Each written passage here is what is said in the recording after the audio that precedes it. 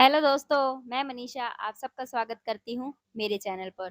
तो जब भी हम पढ़ने बैठते हैं या तो नींद आने लग जाती है या मोबाइल से डिस्ट्रैक्शन फ़ील होता है।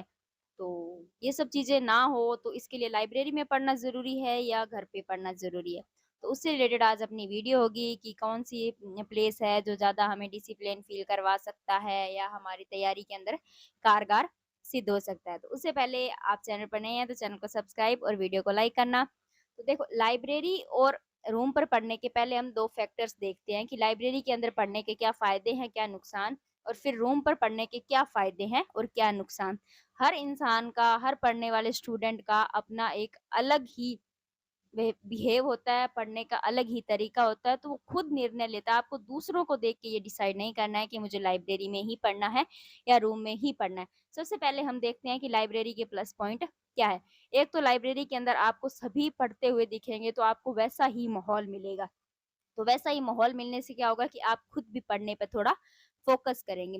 दूसरी सबसे बड़ी बात है कि अगर घर पे ऐसा माहौल नहीं होता है, तो लाइब्रेरी के अंदर आपको वैसा माहौल मिलता है, कोई डिस्ट्रैक्ट करने वाला नहीं होता है या आपका वहाँ फ्रेंड सर्कल नहीं है, तो आपको कोई डिस्टर्ब वहाँ नहीं करेगा। तीसरी सबसे बड़ी लाइब्रेरी की ये बात होती है कि कुछ लोग ऐसे होते हैं कि जिनको अपने क्लासेस देखने के लिए या घर पे नेटवर्क की भी कइयों की सुविधा नहीं होती है, कुछ गाँव में ऐसे स्टूडेंट्स होते हैं, तो इसलिए भी लाइब्रेरी जाते हैं। और तीसरा चौथा पॉइंट ये है कि जिनके लाइब्रेरी पास में ही होती है घर पे, तो वो ज़्यादातर लाइब्रेरी प्रेफ़र करते हैं। और उसके बाद में इसके नेगेटिव पॉइंट्स के अंदर हम देखें कि कई बार ऐसा होता है कि लाइब्रेरी के अंदर जाकर भी बहुत से लोग मोबाइल ही चलाते हैं व वेब सीरीज़ वग़ैरह देखने लग जाते हैं। तो ये डिसिप्लिन के लिए लाइब्रेरी वो तो आपका जो इंटरनल मोटिवेशन होगा उसी से आपका होगा। आप दूसरों को देख के एक्सटर्नल चीज़ों को देखकर इफ़ेक्ट हो रहे हैं, तो फिर वो आप लाइब्रेरी आपके लिए कारगर साबित नहीं होगी। और अगर आपको ट्रैवल के अंदर इतना टाइम लग रहा है, आपको 2 बसें चेंज करके या लाइब्रेरी दूर है, वहाँ जाने का किराया भी बहुत ज़्यादा लग रहा है और आपकी फाइनेंशियल कंडीशन भी इतनी अच्छी नहीं है, तो आप घर पर प्रेफ़र कर सकते हैं। उसके बाद में स होता है कि लाइब्रेरी के अंदर आप कई कई बार बच्चों को आदत ही उस चीज़ की पड़ जाती है कि लाइब्रेरी के बिना वो कहीं पढ़ ही नहीं पाते, तो अपने को ऐसी आदत नहीं डालनी है।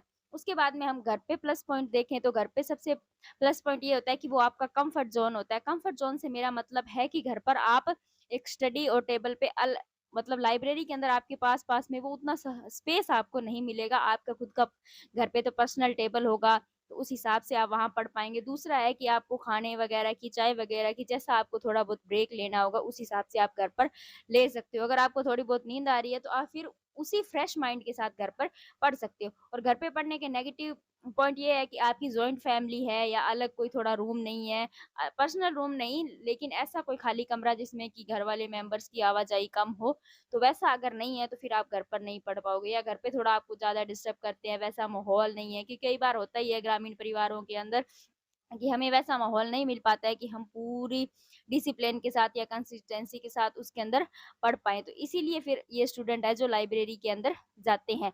तो देखिए 2-3 चीज़ें हैं जो मेनली आपको आपकी फाइनेंशियल कंडीशन या वो लाइब्रेरी की दूरी देख के, ये सब चीज़ें देख के आपको डिसाइड करना है कि आपको लाइब्रेरी पे पढ़ना है या घर पे पढ़ना है। देखो, ये अपना-अपना निर्णय होता है। मैंने लाइब्रेरी में भी पढ़ाई की है, घर पे भी पढ़ाई की है, लेकिन मैंने कोई पीजी या रूम लेके कभी पढ़ाई नहीं की, तो इसका एक्सपीरियंस मुझे नहीं है। तो मैं लाइब्रेरी के अंदर भी ठीक पढ़ लेती थी और बच्चा जो कई बार ऐसे होता है कि हम हालातों को दोष नहीं दे सकते। अगर लाइब्रेरी जाने के पैसे नहीं है या लाइब्रेरी दूर है, तो फिर आपको घर पे ही पढ़ना होगा। इसका कोई इलाज नहीं है कि घरवाले के पढ़ने नहीं दे रहे, डिस्टर्ब हो रहा है। तो इन सब चीज़ों का कोई एक्सक्यूज़ नहीं है क्योंकि इन चीज़ों को कोई सुनने वाला नहीं है। अगर आपने तैयारी की, मेहनत के अंदर कदम रख ही लिया है, तो फिर आपको ही इससे पार लगना होगा।